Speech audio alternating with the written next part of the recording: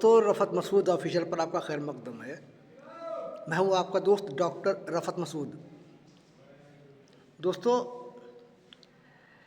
ये मेरा छोटा सा चैनल है, तो आज की जो मेरी वीडियो है बहुत अहम होने जा रही है, तो लिहाजा आप मेरी इस वीडियो को आखिर तक ज़रूर देखें और मेरे चैनल रफ़त मसूद ऑफिशियल को सब्सक्राइब कर लीजिएगा और जो छोटी सी बेल आइकन है उसको बजाना ना भूलें, ताकि मेरी आने वाली कोई सी वीडियो आपको मिलती रहे। दोस्तों, राहुल गांधी पर भाजपा मुस्तकिल जो है वो हमलावर है, और उसकी वजह यह है कि राहुल गांधी मुस्तकिल हक की आवाज़ उठा रहे हैं। जो जनता की आवाज़ है वो एलओपी हैं, और एलओपी का मतलब ये होता है कि प्रधानमंत्री के बाद सीधा नंबर एलओपी का आता है।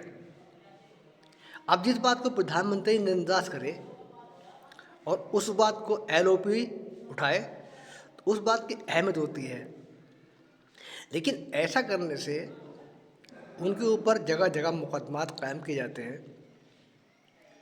और अभी मैं देख रहा था कि कल उनके पास जो है एक मुकदमा, एक जहाँ देखते हैं वहाँ मुकदमा कायम हो जाता है। और जज भी बहुत अच्छे हैं, जो उनकी जो दरख्वास्त होती है, जो उनके ख़िलाफ़ दरख्वास्त देते हैं, वो उन्हें कबूल कर लेते हैं और फिर वो मुकदमा चलता है। तो चाहे झारखंड में था और फिर वो महाराष्ट्र में था, छोटी छोटी बातों पे लेके उन पर मुकदमात कायम होते हैं। और एक मुकदमे में तो उनके ऊपर जो है वो उन्होंने बात उठा दी थी कि चाइना की जो चाइना ने ज़मीन कब्जाई है, तो जज साहब ने एक रिमार्क्स दिया उसमें कि आपके पास क्या सबूत है कि चीन ने ये ज़मीन कब्जाई है। अब एक एलओपी जो सवाल कर सकता है तो जवाब देना तो सरकार का काम है, ना कि विपक्ष का। तो रिमार्क्स देखिए जज साहब का कि अगर आप सच्चे भारतीय हैं तो आपको ये बताना चाहिए कि चाइना ने हमारी कितनी ज़मीन कब्जाई है। क्या जज साहब को पता नहीं है? जज साहब अखबार नहीं पढ़ते? क्या जज साहब टीवी नहीं देखते? क्या पब्लिक डोमेन में नहीं है कि चाइना ने कितनी ज़मीन कब्जाई है? तो ये चीज़ें इस तरीके से ये होना, तो उसका एक नुकसान ये हो रहा है कि इतने बड़ा मतलब लीडर को एक तौहीन करना, अगर किसी और दूसरे मुल्क में होते राहुल गांधी, तो मैं समझता हूँ कि राहुल गांधी पर ये इल्ज़ाम नहीं लगता, लेकिन यहाँ लग गया, जिसका बहुत विरोध हुआ। और मैं समझता हूँ जस्टिस दत्ता हैं, मैं इंतहाई माज़रत के साथ चाहता हूँ कि ये बात उन्हें बिल्कुल नहीं कहनी चाहिए थी, लेकिन अब ये हो रहा है। क्योंकि पहले तो ये जज था, जज शेखर यादव हैं, उन्होंने मुसलमान को लेके जो है वो बहुत ही कठमुल्ला लफ्ज़ इस्तेमाल किया। इसके अलावा जज साहब हैं, उनके यहाँ से करोड़ों रुपया मिला। तो आज जो मैं कहने का मकसद ये है कि जो कांग्रेसी हैं वो राहुल गांधी के पीछे नहीं खड़े होते।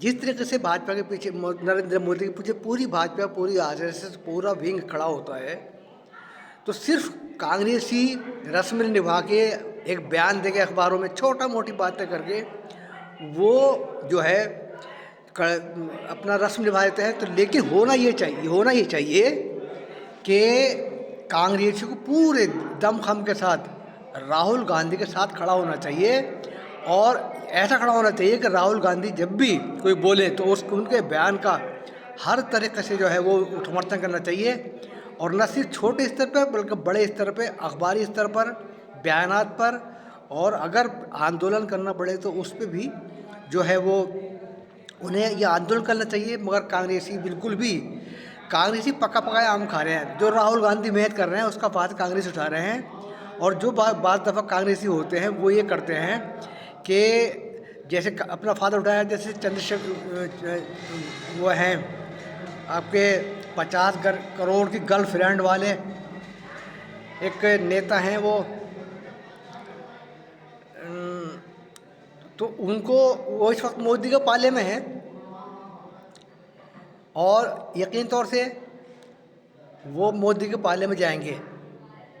तो कुछ नेता कांग्रेस में ऐसे छुपे हुए हैं, जैसे आचार्य प्रमोद कृष्णम थे, ऐसे ऐसे लोग अब भी कांग्रेस में बने हुए हैं। तो मैं कहता हूँ कांग्रेस से कि अगर उन्हें मजबूत करना है और मजबूत होना भी चाहिए, तो उन्हें पूरी आवाज़ जो है वो जनता के साथ खड़े होना चाहिए, अपनी कांग्रेस के साथ खड़े होना चाहिए। राहुल गांधी को अकेला नहीं छोड़ना चाहिए। आज की मेरी छोटी सी वीडियो है, और फिर मैं कल शाम को देखता हूँ, शाम को टैरिफ के ऊपर जो टैरिफ लगाया है ट्रंप ने, उस पर मैं बात करूँगा। तो आज ही मेरी आप वीडियो लाइक कीजिएगा और शेयर कीजिएगा, और ज़्यादा अपने ग्रुप में शेयर कीजिएगा। दुआ में रखिएगा मुझे। Thank you very much.